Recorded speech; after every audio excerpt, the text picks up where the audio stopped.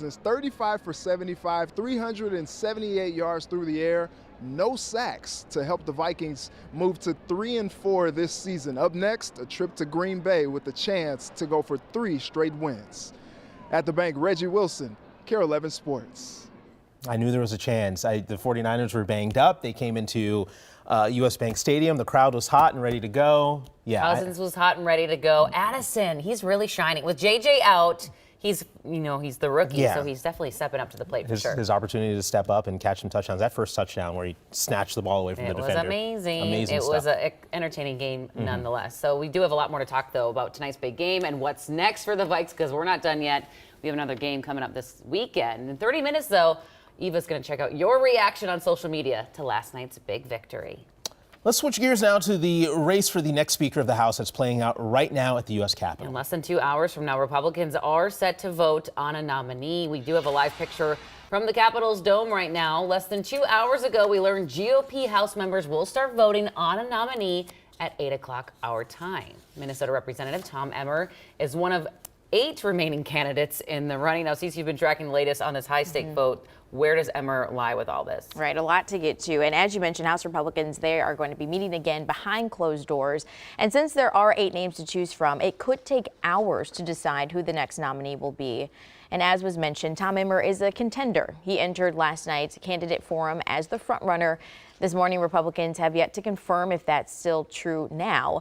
But Emmer may have a slight advantage because before he was the majority whip, he was the head of the National Republican Congressional Committee, and he was in charge of recruiting candidates to run for Congress and raising money for them. So he's made a few friends. But again, he's going to need every vote he can get. Now, once there's a nominee, that person will need to get 217 votes on the House floor to become Speaker, and that vote could happen later today. But this morning, there's still a long process ahead. But looking ahead to the end, if Emmer were to be elected Speaker of the House, he would be the first ever out of Minnesota. Yeah, you hope that they get their stuff together because you got the government shutdown that's looming, everything going on in the Middle East. So hopefully they can come to some sort of solution here and get a speaker there in the House very, very soon. All right, Cece, thank you. Yeah, speaking of that, we do have new developments overnight in the Israel-Hamas war. In the last 30 minutes, we've learned Israel is preparing for a multilateral operation against Hamas with attacks from the air, ground, and sea. This morning, the U.S., however, is urging Israel to hold off on its invasion of Gaza to allow for more time for hostage negotiations and humanitarian aid to come in. And take a look at this new video showing 2 hostages now free this morning. Ellison Barber is on the ground in Israel with new details.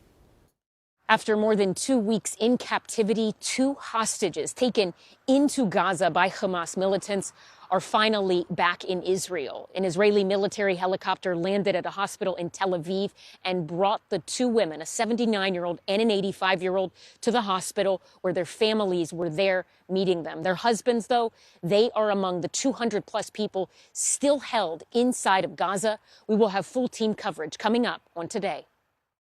6:07 on the clock. New details in the deadly crash and pileup on I-94 in western Wisconsin. In 5 hours, the Wisconsin State Patrol will give us an update on what happened here. This happened about 16 hours ago during rush hour just outside of Menominee. This video here shows the moments before the crash. Now we're going to stop the clip. There you see at the top of your screen before the semi there crashes into the white truck, causing a chain reaction crash. 2 people died in this and 6 others were injured. The Highway 128 overpass near the crash is closed right now while crews assess it for possible structural damage. New overnight, a 17-year-old girl in Minneapolis is recovering after an accidental shooting. In the last 6 hours, MPD confirmed it happened near 14th and Franklin Avenue around 9:30 last night. That's down the street from the Hennepin County Library. The girl is expected to be okay. Police tell us they're looking into what led up to the gun accidentally going off. As of this morning, they have not made any arrests. More than 113,000 Minnesotans are getting a payout thanks to a settlement with the Healthcare Clearinghouse in Medidata. Now, Attorney General Keith Ellison was among 32 attorneys general working on this settlement for a 2019 data breach that exposed the sensitive health information of 1.5 million Americans over the course of 3 years. The settlement totals $1.4 million. The Twin Cities in Minnesota have a new designation from the White House this week. The Biden administration has dubbed the state one of 31 regional tech hubs, this one with a focus on medical technology. The Economic Development Partnership Group, Greater MSP, led the effort to gain tech hub status. They say that 15 of the largest medical device companies, such as Twin Cities-based Medtronic, have a footprint here. They hope to leverage this strength into more federal funding through the Biden administration's Tech Hub plan. The designation is like planting an official flag from the U.S. government that says this is the place in America to build medical device companies and scale your technologies. And that's immediately useful as we're going around the country and the world. The next step is for Greater MSP to apply for $75 million in federal funding made possible through a law signed by the president last summer. This morning, the historic Justice Ramsey House has a new home. The Minnesota Transportation Museum in St. Paul says the house will be rebuilt there to help tell the story of African-American railroad workers.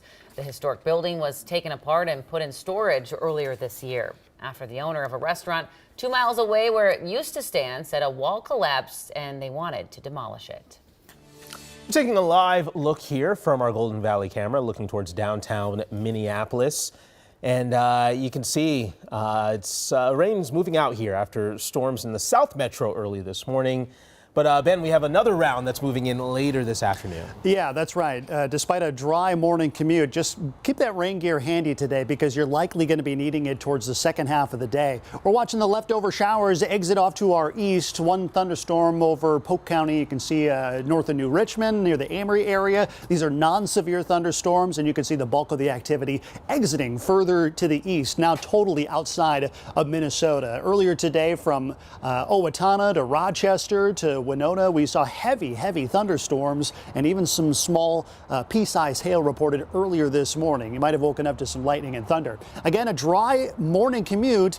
It will not stay like that forever today. This frontal system is still hanging out, which will be the focal point for additional thunderstorms to develop later this afternoon. And some of these could produce some additional hail. So just keep that in mind. You probably are going to need that rain umbrella or the rain gear later this afternoon. Now, as we head into tonight, that system moves off to the east. That'll lead into relatively quiet conditions as we head into your Wednesday. But the areas highlighted here, southeastern Minnesota, including the Twin Cities and into Wisconsin, it's a marginal risk for severe weather where, again, hail is going to be the greatest risk. And the best chance of that happening is about, we'll call it lunchtime into early afternoon. Here comes system number 2 that'll be working its way to our south as we head into Wednesday night into Thursday. Thursday looks rather wet as that low works its way across northern Iowa and into southeastern Minnesota. So wet as we head into Thursday. And then notice this, heavy snow falling for areas over the high plain states, including North Dakota. That's where we have a winter storm watch. That's getting a little closer and closer to us.